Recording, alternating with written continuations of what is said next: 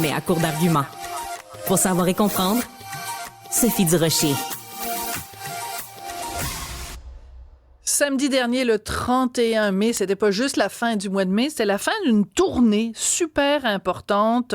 La tournée du spectacle, si je vous ai bien compris, vous êtes en train de dire. La tournée, donc, de mon ami et collègue Guy Nantel. Collègue dans le sens, moi, je suis humoriste, vous le saviez pas. Oui, on le Mais savait. dans la grande confrérie des humoristes, j'ai un collègue qui s'appelle Guy Nantel. Bonjour, Guy. Bonjour Sophie. Pour se qualifier d'humoriste, il faut volontairement faire rire de soi. Là. C'est pas vraiment que les autres décident. Là. C'est soi-même qui décidons. Alors, je sais pas si tu te qualifies. Est-ce que les autres se moquent de toi ou on a un problème technique, Guy. Je pense qu'on va devoir mettre fin tout de suite à cette entrevue. C'est Bonjour, tellement Sophie. dommage. J'aurais tellement aimé ça pouvoir te faire de la publicité gratuite sur les ondes de Cube. Malheureusement, ça marchera pas. Ben non, Bon. je te reconnais comme d'habitude, toujours cinglant, toujours sarcastique, toujours avec une petite pointe de ben non. Moi, je fais une entrevue pour te faire de la publicité. Sois gentil avec moi, Guy. Ben, je sais bien, mais c'est plus fort que moi. C'est la nature commencée. Ouais, c'est ça. Tu sais, c'est comme le scorpion puis la tortue. Bon, tout ça pour dire 200 représentations de ce spectacle-là. Tu t'es vraiment rendu, Guy, dans tous les coins du Québec. C'est quoi le pire et le meilleur souvenir de cette tournée-là? Ah, mon Dieu. Je dis mon Dieu par rapport au pire, je cherche. En fait, c'est drôle parce que tu vois, hier, on était de retour, donc c'était à Québec, la dernière représentation. On venait de Québec, puis je jasais de ça avec mon technicien, puis je disais, il est arrivé juste une fois, c'était au Casino de Montréal, parce que dans le show, évidemment, je suis cinglant, comme tu dis, avec plein de monde et plein de groupes, puis à un moment donné, je parle des gens aussi qui croyaient pas du tout à rien pendant la COVID, tu sais, puis je prends même la peine de spécifier. Là, je parle pas des gens qui contestaient des décisions du gouvernement, moi-même, je l'ai fait souvent, mais je disais celui là qui est vraiment là, tu sais, que lui là, il a étudié à l'école de la vie, puis il est sûr qu'il connaît tout sur le bout de ses doigts. Puis là, je commence à faire des jokes sur ça. Puis là, il y en a un qui se lève en plein milieu du spectacle là, puis là, il a vraiment piqué sa crise, mais ça a duré comme 5 minutes là. Il hurlait dans le théâtre, puis là, tout le monde l'insultait parce que là, les gens disaient, hey, c'est pas trop qu'on va entendre, c'est le spectacle. Finalement, les agents de sécurité du casino sont venus sortir de force. Ben, voyons donc! Ouais. Ça, c'est peut-être le pire. Ben oui, mais c'est le j'espère seul, qu'il y a dans le pas fond, pire. c'est ce que je disais. Il peut pas y avoir pire que ça parce que comme humoriste quand même, vous êtes tous habitués que des fois il y a des hecklers. Je sais pas c'est quoi le mot en français, mais Des quelqu'un perturbateurs. un perturbateur. Merci beaucoup Cybèle. Puis toi t'en vois beaucoup Cybèle des spectacles d'humour. Tu sais ça peut arriver des fois qu'il y ait quelqu'un dans la salle qui fait dévier mettons une fois, 2 fois, tu sais, mais là, que la personne ait monopolisé la salle pendant 5 minutes, j'en reviens pas. Oui, ben c'est parce que en fait, moi, je jouais justement la carte de dire aux gars, je disais, toi, je sais que tu es en train de faire ça parce que tu penses que je vais te sacrer dehors, mais non, je vais justement te montrer que tu es libre, vas-y, parle, fais un fou de toi. Mais moi, je te sortirai pas. Mais ce qu'ils savaient pas, c'est que moi, je te sortirai pas, mais il y a du monde au casino qui vont te sortir, par exemple. C'est excellent. Donc ça, c'est le pire moment. Le meilleur moment, est-ce que tu as vraiment comme un souvenir où tu as été ému, où il y a quelque chose qui s'est passé, ou la fois où tu as fait le plus rire, mettons le fois où je suis allée voir ton spectacle, puis tu as reconnu mon rire parmi les centaines de personnes dans la salle. Ouais, peut-être ça fait partie du top 100.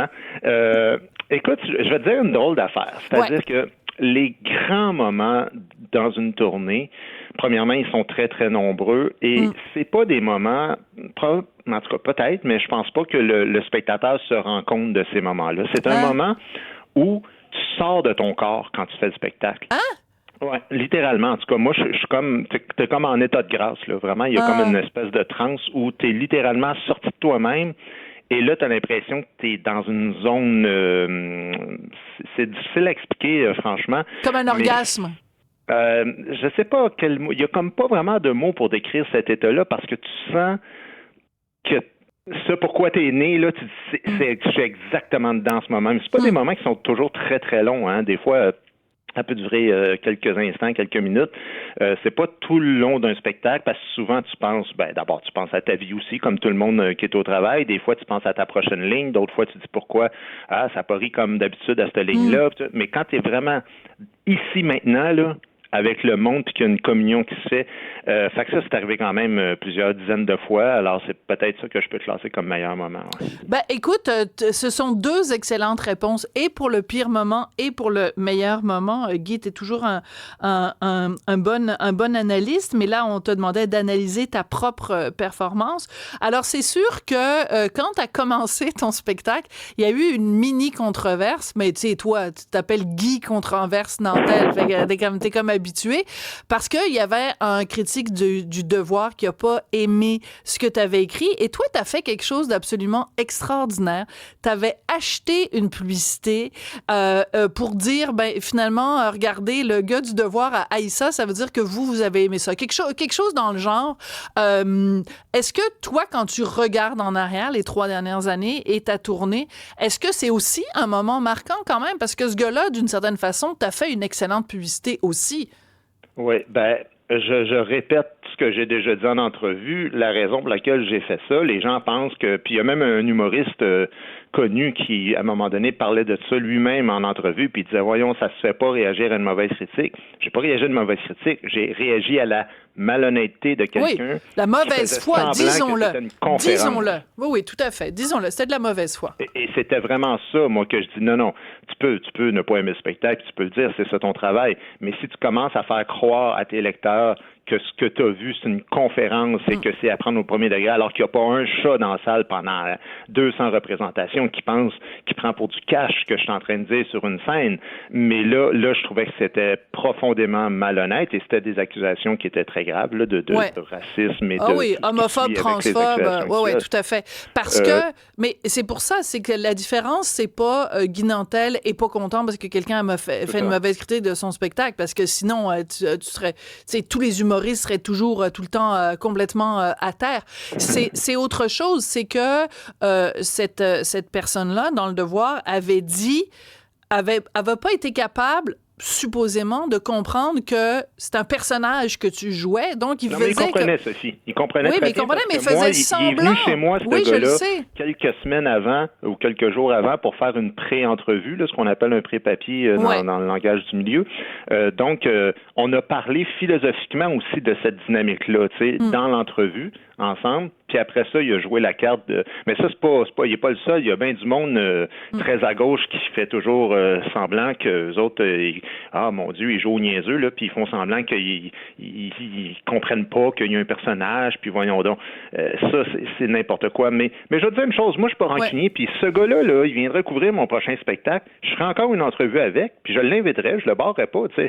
Ah ouais. Tout ce que j'y demande, là, c'est pas de m'aimer, c'est de jouer franc jeu. Absolument. Pour moi, c'est la même affaire que si tu es commentateur sportif, là, et tu vas assister à un combat de boxe, mais tu dis, écoute, le gars, c'est un gars extrêmement violent, méfiez-vous de lui dans la vie. J'ai vu qu'il donne bien des coups de poing au monde qui passe à côté de lui. T'as raison, c'est un bon parallèle. C'est un très bon parallèle. Alors, ce spectacle-là, tu l'as commencé il y a plusieurs mois. La Société québécoise, pendant ce temps-là, oui, c'est ça, on la voit ici, là. Alors, c'est critique du nouveau spectacle de Guy Nantel, puis là, tu mets toutes les bonnes critiques, puis après, tu mets la critique du Devoir et tu dis, si le journaliste du Devoir a détesté, soyez assurés que vous allez adorer ça. C'est ça exactement la formule. Merci Jean-Philippe et Hugo qui ont retrouvé l'annonce. Qu'est-ce qui a changé dans le Québec au cours des 3 dernières années, entre le moment où tu as commencé ta tournée et le moment où tu l'as fini? Est-ce que le Québec s'est emmieuté, comme on dit, ou le Québec a empiré, d'après toi? Il y a une chose qui a changé quand même, c'est le Parti québécois, qui a pris beaucoup de mieux depuis ce temps-là. Ce qui a fait des fois que ça nuit un peu à certaines de mes jokes, parce que la dynamique, c'est que moi, je dis toujours au monde, vous êtes nono de pas m'avoir élu chef, regardez comment les choses iraient mieux. Alors, c'est clair que dans les premières représentations, cette ligne-là prenait plus de force, mais là, plus Paul prenait du bien, plus je faisais comment, ça va pas trop bien, mon homme, parce que ça commence à être gênant de dire que le parti va pas bien. Mais les gens, évidemment, jouaient le jeu puis comprenaient très bien exactement ce que je voulais faire avec ça, là. Ben, écoute, Guy, il nous reste à peu près 30 secondes. Rapidement, tu prépares déjà ton prochain spectacle, les dates. Écoute, tu commences déjà des représentations en septembre à Chicoutimi, puis après ça va être en février à Saint-Lin, dans les Laurentides. Dis-moi, en gros, de quoi ça parle? Ouais, non, ben, en fait, il y a une vingtaine de représentations là, dans toutes sortes de petits théâtres. Oui, mais je vais pas le temps de tout nommer, Guy. Non, puis c'est bien correct, là, je veux dire, on fait pas de la publicité pour ça, mais de quoi ça parle? Écoute, j'ai le goût de te dire le titre en primeur, j'ai pas dit à personne, il y a juste mon équipe qui le sait, là, c'est Bienveillant. Ah, c'est drôle. C'est excellent. Bienveillant. Moi, j'aime ça quand on a un scoop. La ligne directrice de ce show-là, c'est de dire à quel point j'ai l'impression, plus on vit dans une société bienveillante, moins les gens sont éthiques autour de moi. Excellent. Bon, j'espère que mon nom ne sera jamais mentionné pendant ce spectacle-là. J'ai une bitcherie sur Richard. Allô? Le gars vient d'avoir le cancer. Peux-tu lui donner un break? Là, j'ai pas du cancer, j'ai de Richard. Ouais, c'est ça.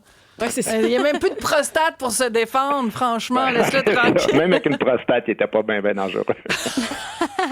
N'importe quoi. Guy, j'ai très hâte d'être invité à la première de ton spectacle. Merci beaucoup pour ce scoop.